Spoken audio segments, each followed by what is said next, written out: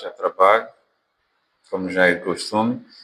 Feliz em conhecer o irmão Helder, né? Mais um conterrâneo nosso. Estou feliz em conhecer. E os demais eu conheço aquele rapaz ali, já vi ele em algum sítio. Vamos fazer menção da palavra de Deus no livro dos Juízes, Antigo Testamento, capítulo 2, os versos 10 e 15. Minha oração aqui, o Senhor fale conosco essa tarde.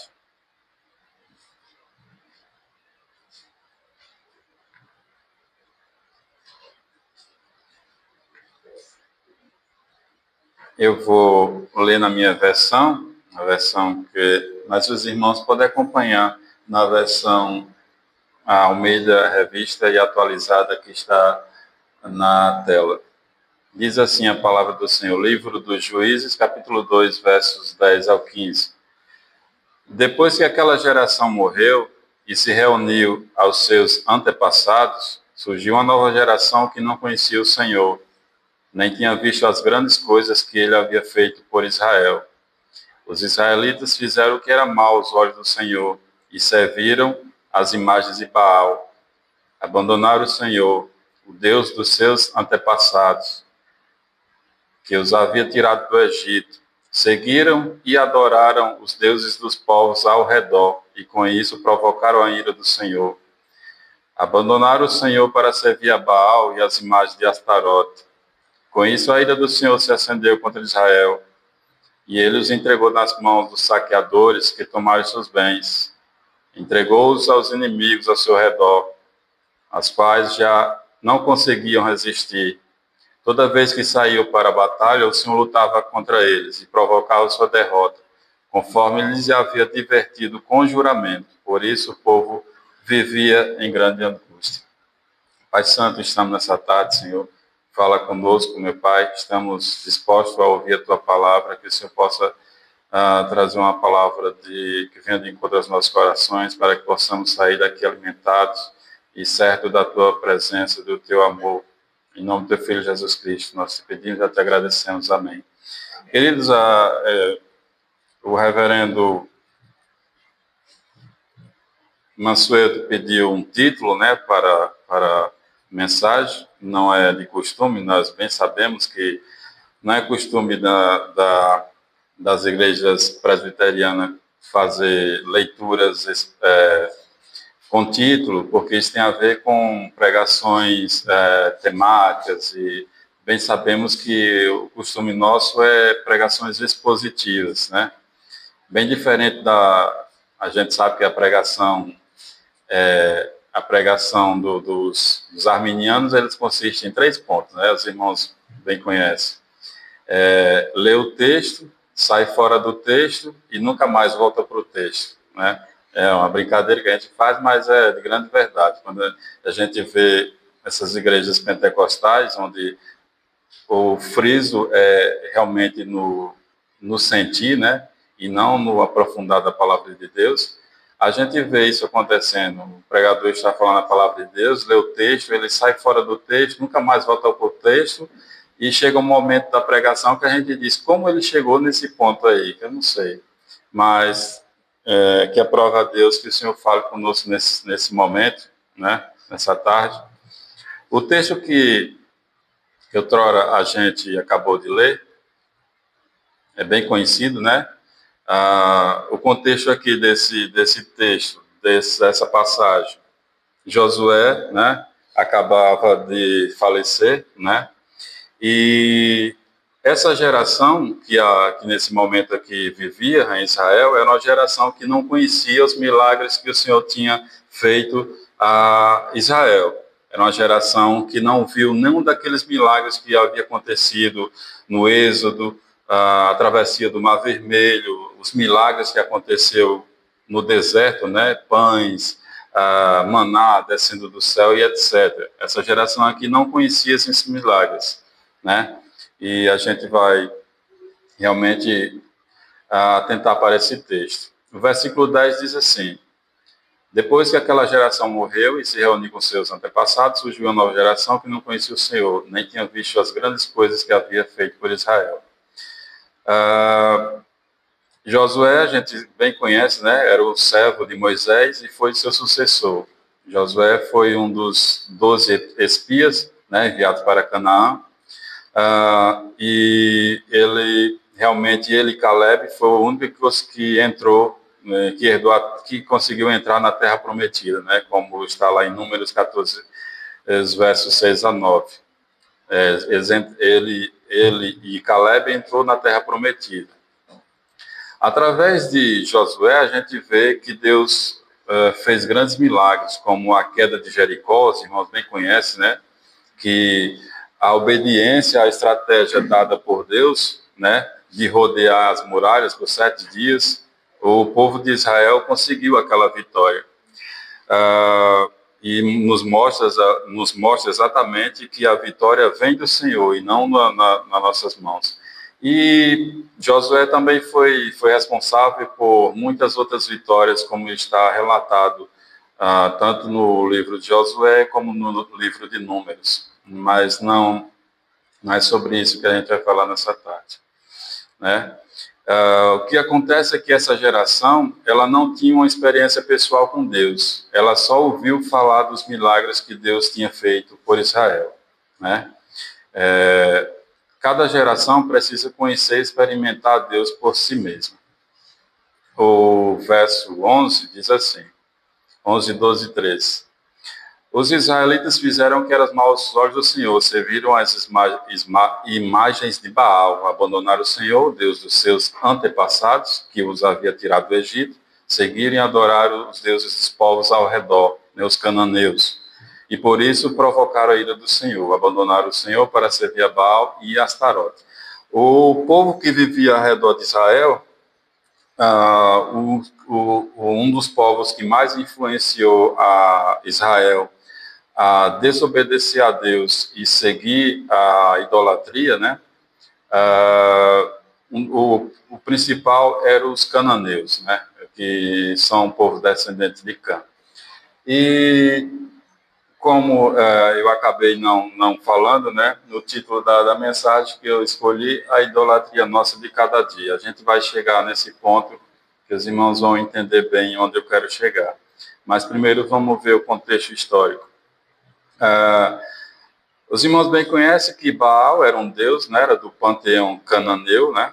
Ele era responsável pelas tempestades, chuvas, sendo, portanto, controlador da vegetação.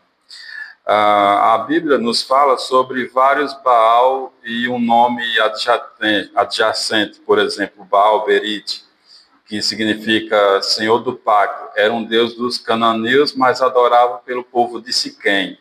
Ou seja, quando tinha Baal alguma coisa, era um Baal de alguma região. Por exemplo, Baal Gad, né, que significa o Senhor de Og. Era uma cidade no vale de Líbano, né? Ou seja, quando tem Baal alguma coisa, era um deus um Baal de uma região. Agora a gente vai ver como era essa adoração a Baal, né? E era principalmente em lugares altos, colinas ou montanhas, que eles acreditavam que estavam mais próximos do céu, ou seja, um contato mais facilitado com Baal. Também tinha adoração em templos, estrutura construída em cidades ou centros religiosos para os altares e sacrifícios. Esse sacrifício envolvia a prostituição cultural, que era como se fosse um bacanal que eles faziam dentro daquele templo, né? E eles faziam exatamente para agradar ao deus Baal, né? Era uma prostituição cultural, né? Com sacerdotes, houve um trava-língua, sacerdotisas, né? Muitas vezes chamada de Kedesh, né? No feminino, e Kedash, no masculino. O objetivo dessa prostituição cultural era a fertilidade do povo e da terra. Eles criam que eles fazendo isso dentro do templo, eles iam ter um momento de uma colheita muito fértil e também numerosas prole, ou seja, eles iriam ter muitos filhos, e a gente sabe muito bem que naquela época, naquela região, a região do Crescente Fértil, né, aquela região ali do antigo império, aquela região ali, que era a Mesopotâmia, pronto, chegou a palavra, o pessoal vivia exatamente da agricultura. Ou seja, se houvesse um ano que não houvesse chuvas e etc., aquelas pessoas passavam necessidades. Por isso eles tinham essa questão da adoração a Baal. Era tão importante porque era uma questão de vida ou morte. Mas vamos continuando aqui. Esse sacrifício envolvia animais, como vacas, cordeiros e bodes. Esse sacrifício era para pedir chuva, colheitas abundantes e propriedade de gado. Obrigado. Um pouquinho d'água. Além dos sacrifícios de animais, havia também sacrifícios humanos, né? Que eram cultos relacionados a deuses como os Quemos e Moloque. Vamos ler Jeremias 9:5. Já que a sonoplasta está ocupada, eu posso colocar aqui para a gente ler.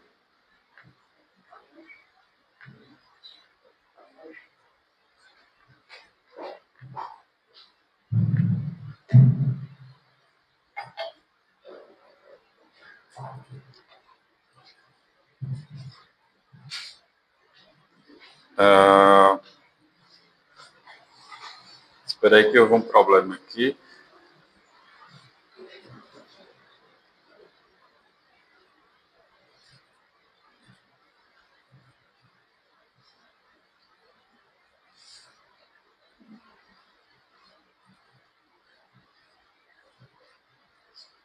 Ok, pronto, continuando. Além do sacrifício de animais, existiam sacrifícios humanos, que eram deuses relacionados a Quemos e Moloque. Moloque, os historiadores contam que era um deus, que era uma imagem de tamanho razoável, como se fosse essa parede aqui mais ou menos, e esse deus era uma imagem de uma pessoa, como se fosse um semblante de uma pessoa, e ela tinha duas portas, que era como se fosse uma mão. E dentro desse ser existia um fogo como se fosse um incinerador, né?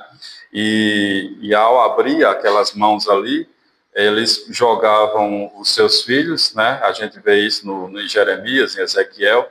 Eles jogavam os seus filhos, que era uma maneira de agradar aquele Deus e também uma maneira de livrar-se muitas das vezes os filhos que eles sacrificavam eram filhos defeituosos, que não serviam para trabalhar na colheita e etc., né? Vamos aqui mais adiante. Existia também Astarote, né? A gente vê no texto aí que a gente leu, né? Está no versículo 13, né? Ou seja, no versículo 12, fala de Astarote. Astarote era a deusa feminina. Baal era o masculino e Astarote era o feminino, né? Astarote era a parceira de Baal, podemos dizer assim, né? Era a deusa da guerra e também da fertilidade. Ela tinha outro nome em outras localidades, como Está na Babilônia, Anat no norte da Síria, etc., né? Russell Norman Champlin diz assim: o clima da Síria e da Palestina, né, aquela região daquela época, contribuía para a elaboração dessa região. As chuvas cessam em maio e abril e só começam a chover novamente em outubro e novembro. E durante o intervalo, pouca vegetação pode crescer, ao menos que a chuva volte, e a fome é inevitável. Vamos aqui ao versículo 14, diz assim: com isso, a ira do Senhor ardeu contra Israel, e ele os entregou nas mãos dos saqueadores, que tomaram seus bens, entregou os inimigos ao seu redor, quase não conseguiram resistir. Quando abandonamos o Senhor, perdemos a força espiritual, não conseguimos ficar de pé contra as lutas da vida. O pecado tem consequências reais.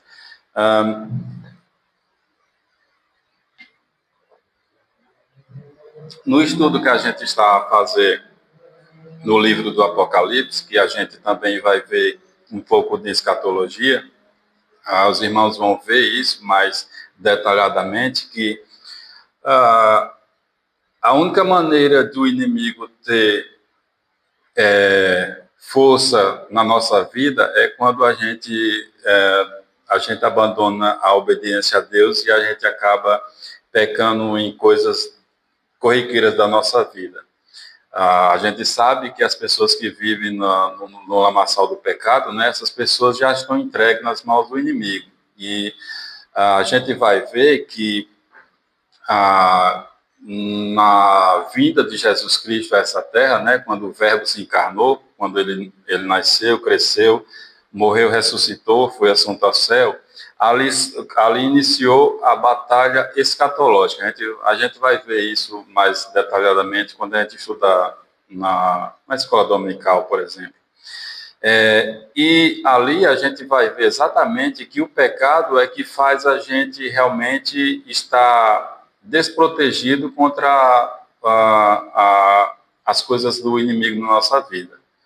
A gente vai ver isso bem detalhadamente. Por isso é importante a gente ter essa questão de, quando abandonamos o Senhor, perdemos a força espiritual, não conseguimos ficar de pé contra as lutas e pecados reais. Mas os irmãos vão entender onde eu quero chegar nesse texto, porque a gente os irmãos podem até pensar assim, mas pronto, esse texto é bem conhecido, né? A questão da idolatria do povo de Israel, e que isso tem a ver com minha vida hoje em dia, né? Em pleno século XXI, em Portugal, morando em Portugal, né? Vivendo com nossos conterrâneos. O que é que isso tem a ver? Os irmãos vão entender onde a gente quer chegar. O versículo 15 diz assim: toda vez que saíam para a batalha, o Senhor lutava contra eles e provocava sua derrota, conforme já havia advertido com juramento. Por isso o povo vivia em grande angústia. Aí a gente vê um texto que nos mostra exatamente o calvinismo, né? Que a nossa igreja crê, que a nossa igreja segue essa linha de pensamento, né? Que diz assim: toda vez que saíam para a batalha, o próprio Senhor lutava contra eles e provocava a sua derrota, né? Ou seja, a gente vê no arminianismo que as pessoas, eles creem que Deus faz de tudo para livrar as pessoas. E a gente vê um texto aí que o próprio Deus lutava contra o povo de Israel, né? Como explicar isso? Isso a gente vê muito mais detalhado no calvinismo, que não é o nosso tema da nossa aula, da nossa pregação nessa tarde. A obediência é a proteção e direção, consequência e escolha, né? Toda vez que a gente escolhe obedecer a Deus, essa obediência nos traz uma consequência para nossas vidas. Ao mesmo tempo que a gente desobedece a Deus, a gente trilha por caminhos errados, né? E isso traz consequência. Isso nos lembra um exemplo que existia um rei, né? Um reino muito distante, e esse rei estava precisando de um condutor da sua carruagem real, né? Era como se fosse o condutor, o motorista daquela época, o condutor, né? E ele, dentre todas as pessoas do reino, escolheram 3 pessoas que se destacaram, né? E só um poderia ser o condutor do rei. E ali eles foram postos a uma prova, uma pergunta, né? A pessoa que trabalhava para o rei disse assim, ó: você vai com o rei e tem um local, um precipício muito alto, como você se comporta? Aí ele disse: bom, eu tenho muitos anos de experiência e eu consigo ali eu sei que eu posso passar alguns metros ali porque eu tenho muita experiência, eu consigo passar bem. E chamaram o segundo e a mesma pergunta, e ele disse: bom, eu não tenho muita experiência, eu creio que se eu passar 2, 3 metros assim, eu consigo passar de boa. E chamaram o terceiro, a mesma pergunta, e ele disse: olha, você vai com o rei e há um precipício, como você vai se safar? Ele disse: bom, Em relação ao precipício, eu vou passar longe, eu quero passar longe, eu vou trilhar outro caminho, não quero a conversa passar perto de precipício, ou seja, o que isso nos traz para nós é que quando a gente brinca com o pecado, quando a gente passa perto do pecado, a gente está correndo um risco muito grande. Por isso a gente deve obedecer a Deus e fugir do pecado, porque isso nos trará consequência para nossas vidas. Em Êxodo 23, verso 3, um texto bem conhecido, né? Deus diz assim: não terás outros deuses além de mim. Aí a gente está vendo sobre idolatria do povo de Israel, né? Martim Lutero diz assim no seu Catecismo Maior, ele diz: tudo aquilo que o seu coração se apega e se entrega com fé, isso é o seu Deus. Basta apenas a confiança e a fé do coração para constituir tanto a Deus quanto a um ídolo. Ídolo é tudo aquilo que exige a lealdade devidamente exclusiva a Deus. Um teólogo, eu creio que, se eu não estou em erro, ele é presbiteriano, chamado Mauro Myers, o reverendo conhece.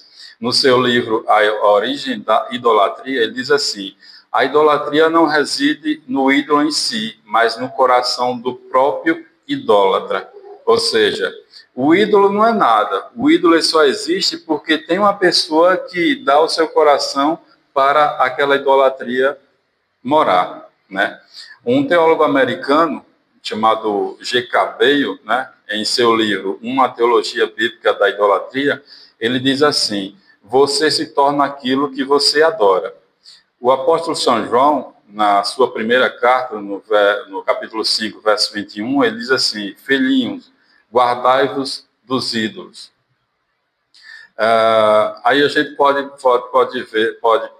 perguntar, e pronto, o que é que Baal isso tem a ver conosco?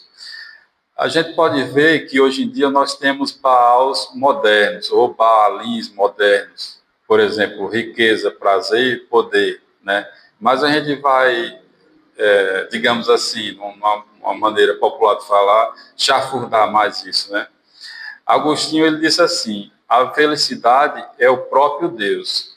Uma coisa que a gente tem notado, né, infelizmente, no meio cristão, é que cada vez mais os cristãos têm procurado o slogan em busca da felicidade, né? Tem um filme que, se você for assistir por diversão, tranquilo, mas se você for levar para a sua vida, cristã, é triste isso. É um filme do Will Smith, né, Em Busca da Felicidade. Por que o cristão não tem que buscar a felicidade? Porque se o cristão está buscando a felicidade, o Deus que ele serve, para ele não é nada. Ou seja, a nossa felicidade é Deus na nossa vida.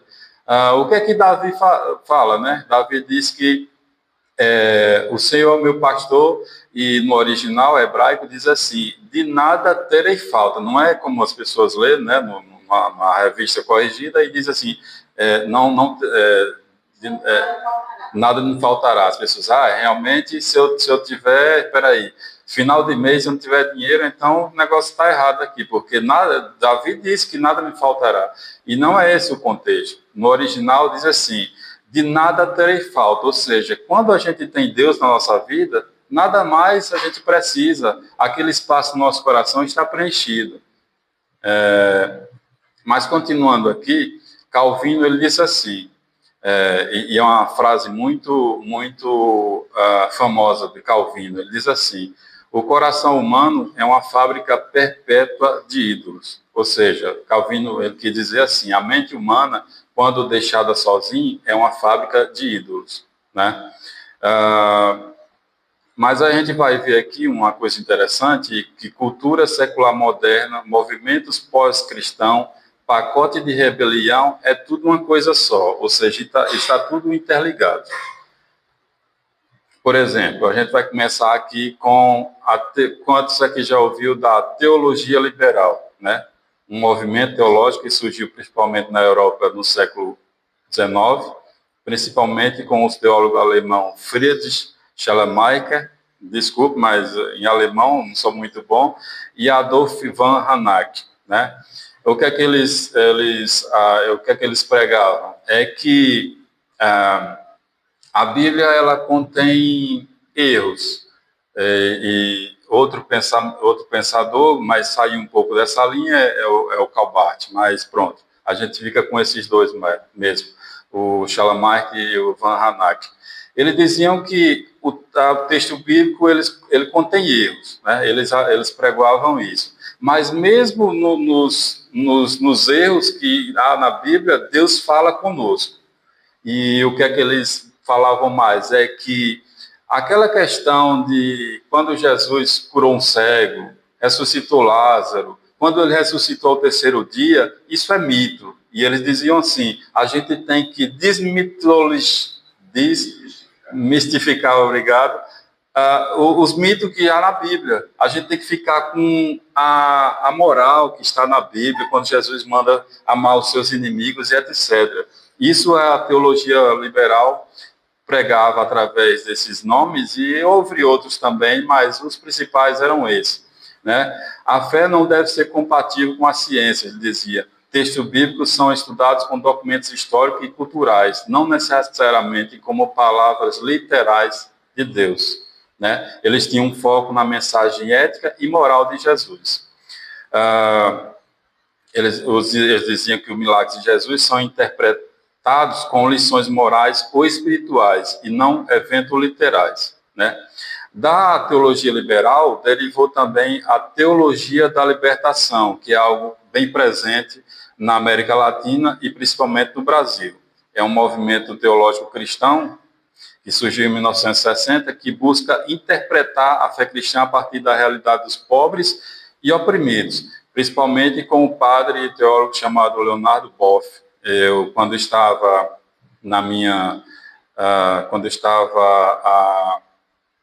a estudar teologia na faculdade, várias vezes os professores traziam esse nome, Leonardo Boff, que era um fenômeno da teologia da Igreja Católica, e eu comecei a ler os seus estudos e eu vi o que ele ensinava, eu disse, não, deixa quieto, esse não é o caminho. Mas pronto, vamos aqui. A teologia da libertação, ele surgiu dessa linha. Mas a gente tem mais coisas aqui. Quem já ouviu falar, é algo bem comum nos nossos dias, como o socialismo ou comunismo, né? Que surgiu com Karl Marx, alemão, e Friedrich Engels, que publicaram o livro Manifesto Comunista, que o objetivo central era a igualdade social, justiça econômica e proteção dos trabalhadores. O comunismo é a ideia de uma sociedade igualitária, sem ricos nem pobres, onde tudo é compartilhado. Ou seja, o que é que eles diziam? É que não interessa se você trabalha desde pequeno, se você acorda cedo e não tem hora para dormir, e você é uma pessoa que controla os seus gastos, e você empreendeu, por exemplo, a gente lá no Brasil, a gente conhece muitas pessoas que hoje têm uma empresa, a Adriana bem conhece o supermercado Rebouças, que é um supermercado muito grande na nossa cidade. Ele começou a trabalhar como entregador de ovos, esse rapaz. Pegava a bicicleta, colocava os ovos. Hoje tem uma rede de supermercado muito grande. E o que é que o comunismo diz? É que não interessa se você começou de baixo e hoje você tem riqueza, não. Essa riqueza, ela é indevida. Por quê? Como assim você tem uma riqueza, tem pessoas que não têm nada, ou seja, você deve se desfazer de toda essa riqueza e entregar aos pobres que não trabalham, que não estudam, que não fazem um curso de especialização, que não interessa, você não pode ter mais, isso é o que o socialismo versus barra comunismo prega, né?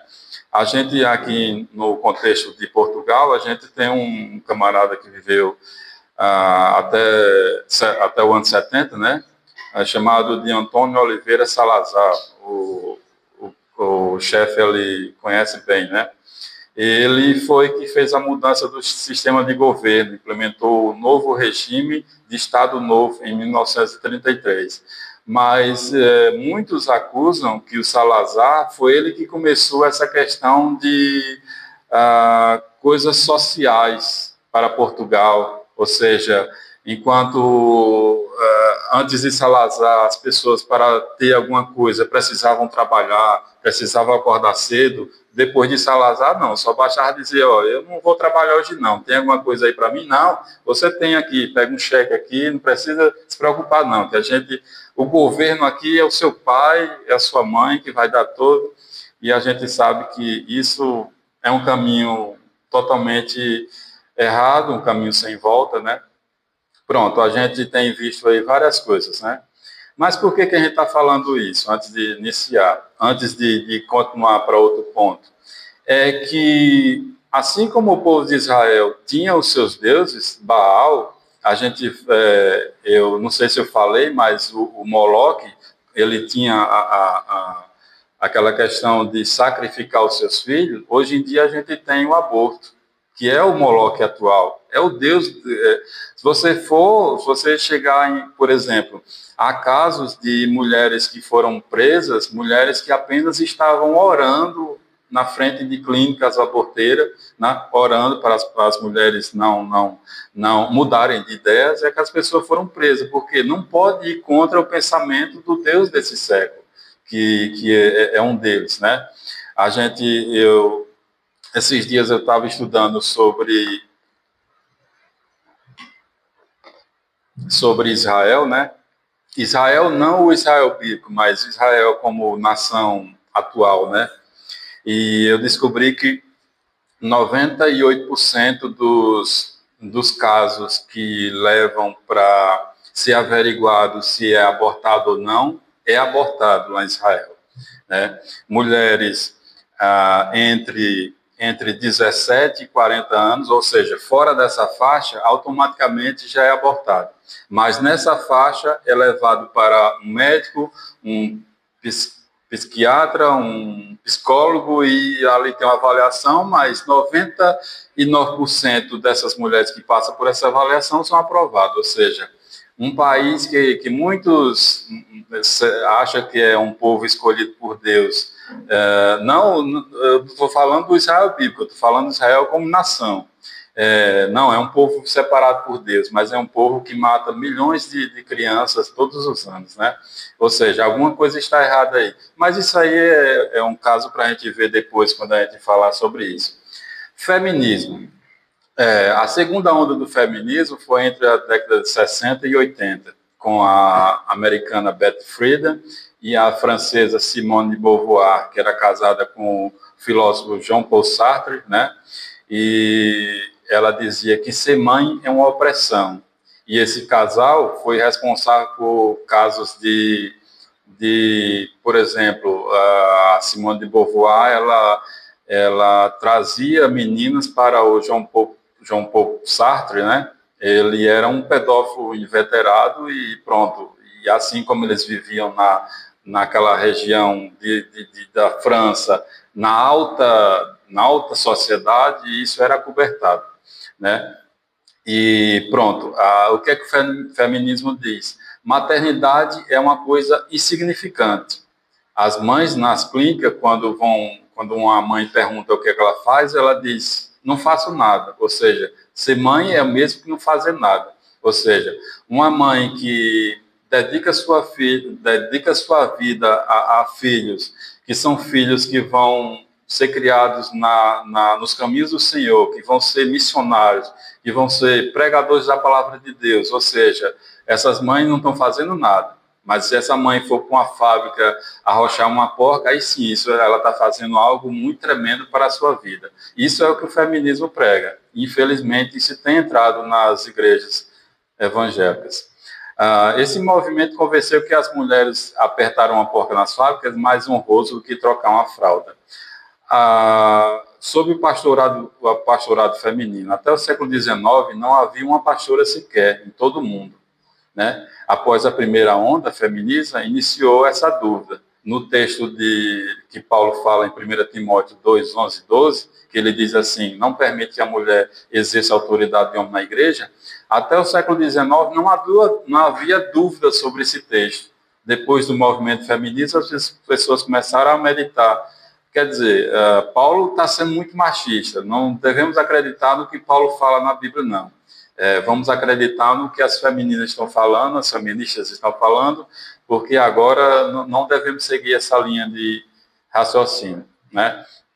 E pronto, quando a gente vê tudo isso, né?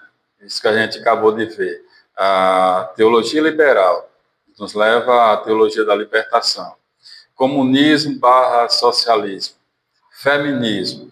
Nós temos também o homossexualismo, ou como eles costumam dizer, né, que não é o ismo, não é o ismo, porque o ismo tem a ver com algo, uma doença ou algo, eles preferem que se chame de homossexualidade, que há uma sigla que é LGBTQIA+, e agora tem um monte de número, né? E pronto, vocês vê na mídia o que acontece quando apenas uma pessoa diz, por exemplo, se é uma pessoa que nasceu com sexo e... Não, agora eu sou um macaco agora. E se você disser que aquela pessoa não é um macaco, é um homem, você é preso. Isso acontece aí direto na mídia, não é mais nada escondido como há alguns anos atrás, né? Mas o que a Bíblia diz? A Bíblia diz em Gênesis 2:24, o casamento é entre homem e mulher. Tudo que passa disso não tem a ver com Deus. Outra coisa também interessante, além disso, e é muito polêmico, e é por isso que eu digo assim, que nem todas as pessoas seguem o mesmo ídolo. Assim como os cananeus, uns adoravam a Baal, outros adoravam Astarote, outros adoravam a Moloque. Assim também, não é todas as pessoas que seguem a mesma linha de pensamento de um Deus atual. Por exemplo, se você chegar para uma pessoa, um homossexual e dizer, o comunismo é contra a palavra de Deus. O Karl Marx, o Angel, eles disseram que iam destruir o cristianismo. Ele disse, não tem nada a ver. Agora, se você tocar no Deus dele, disser que a Bíblia fala em Gênesis que Paulo também fala, Jesus também fala que o homossexualismo é pecado, pronto, você está atingindo o Deus daquela pessoa. E outra coisa interessante é a psicologia. Nós temos os principais psicólogos, né, que surgiram com essa linha de pensamento, o Sigmund Freud, o Carl Jung e o Carl Rogers. E também nós temos o americano, que esse é mais atual, que esse tem a ver com o cristianismo, né, é o Norman Vincent Peale. O Freud era um médico austríaco e judeu. Ele é famoso no seu ego, superego. Ele dizia que todo desejo comprimido e conflitos internos tem a ver com os desejos sexuais reprimidos. Ou seja, para Freud, tudo que a gente tinha de problema na nossa vida tinha a ver com a sexualidade. Ou seja, foi alguma coisa que aconteceu quando era pequeno e deixou essa pessoa deformada.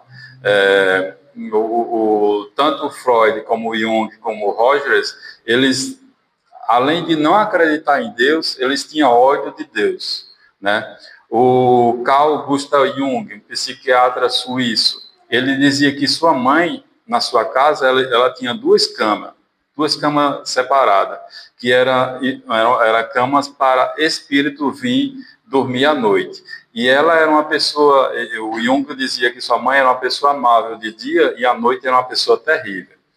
A tese de Jung, quando ele se tornou médico, ela é baseada em comunicação com espíritos, né? Ele era espírita. Ele tinha vários espíritos guias, por exemplo, o mais famoso era Filemon, um demônio que disse a ele que ele dizia que esse demônio era tão real para ele como qualquer pessoa, e ele até andava de mãos dadas com esse demônio pelo jardim. O Carl Rogers, um psicólogo americano. Aí a dúvida que vem na mente de muitas pessoas, mas e a psicologia cristã? Eu sinto muito, mas não existe psicologia cristã. Isso foi colocado na mente, assim como aquilo que a gente já viu sobre o feminismo, né? Essa questão da mulher poder ser pastora ou poder largar as coisas de casa e ser tudo que ela quiser, assim também foi essa questão da psicologia cristã. Todos esses psicólogos, eles não criam em Deus, eles odiavam Deus, o sonho deles era destruir o cristianismo. O Norman Vincent Peale, que foi um pastor e escritor americano, ele que interligou a questão da psicologia com o cristianismo. Ele diz assim, ele integrou princípios psicólogos com a fé cristã. Ele disse, você não precisa nascer de novo. Eu descobri a paz eterna em uma capela shintoísmo. Há muitos caminhos para Deus. Jesus é apenas um deles. Isso foi o Vincent Norman Peale, que é considerado o maior interlocutor entre a psicologia e o cristianismo, né? A psicologia foi criada por homens que não criam e tinham ódio de Deus. Nós vemos no profeta Jeremias, capítulo 17, verso 9, vai ser colocado ali, mas eu já vou adiantar aqui, diz assim o profeta Jeremias, enganoso é o coração, mais que todas as coisas, e desesperadamente corrupto. Quem o conhecerá? Ou seja, quando uma pessoa começa a entrar na questão da psicologia, porque é algo dado por Deus, a gente começa a ver que o que a Bíblia fala sobre o coração humano é algo totalmente obscuro e corrupto. Como é que a gente pode seguir por essa linha de pensamento se o nosso coração é enganoso? A palavra, ou a gente deve decidir, ou a gente segue a palavra de Deus realmente o que ela diz, ou a gente pega algumas partes, como os teólogos da libertação, né, da teologia liberal, e pega algumas partes da Bíblia, algumas coisas boas, e as ruins a gente deixa de lado. É um questionamento que a gente deixa para os irmãos, né? Nós não somos contra a ciência. Há um cientista francês chamado Louis Pasteur, e eu tive a oportunidade de passar na cidade que ele nasceu, né, a cidade chamada Dole, lá na França, né, fica bem depois de Paris, ali uns 300 quilômetros, mais ou menos, em busca da Suíça e da Alemanha. E eu, qualquer dia desse, quando eu estiver passando lá com o tempo, tem um museu, eu quero conhecer esse museu, e esse cientista francês, né, Louis Pasteur, ele diz assim, um pouco de ciência nos afasta de Deus, mas há muita ciência nos aproxima.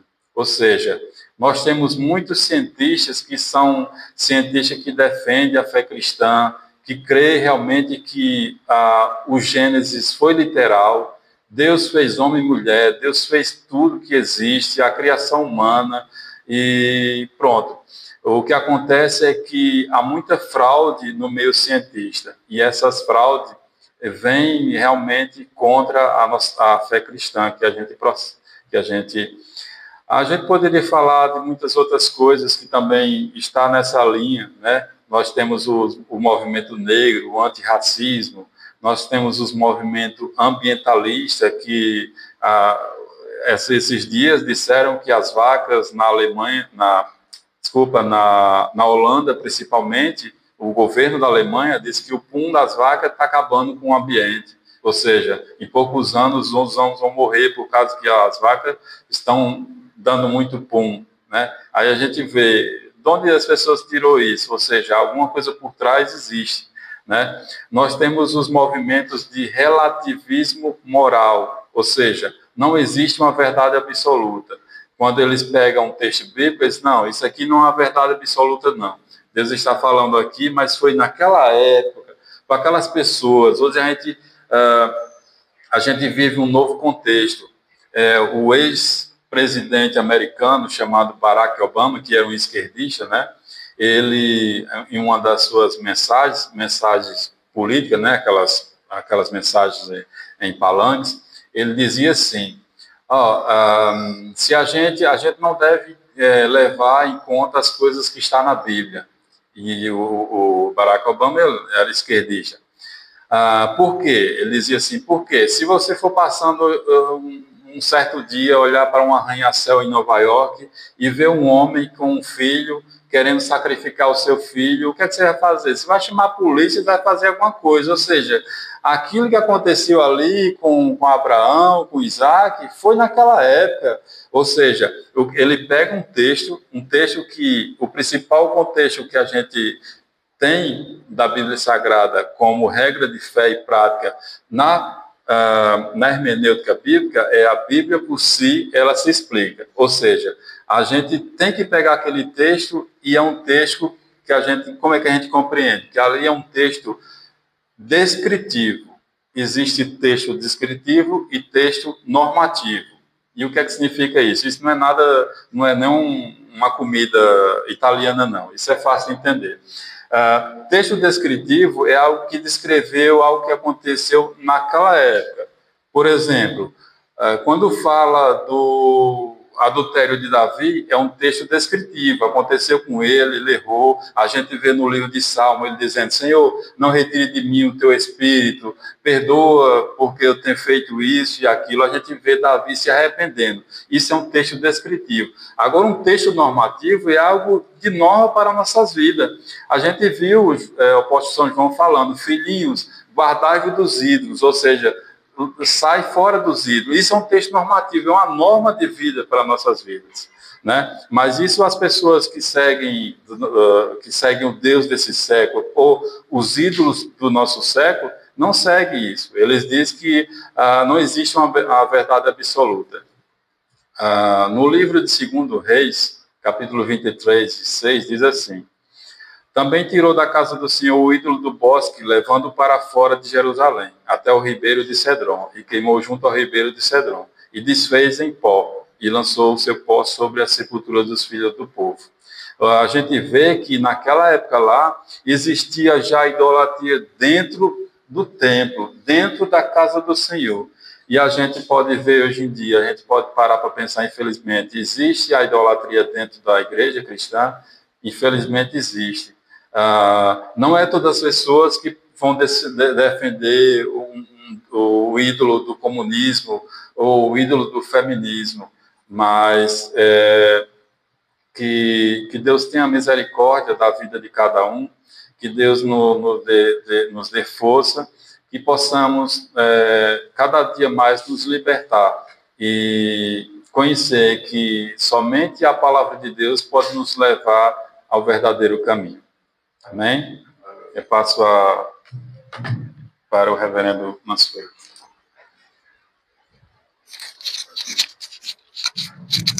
Amém? Amém. Vamos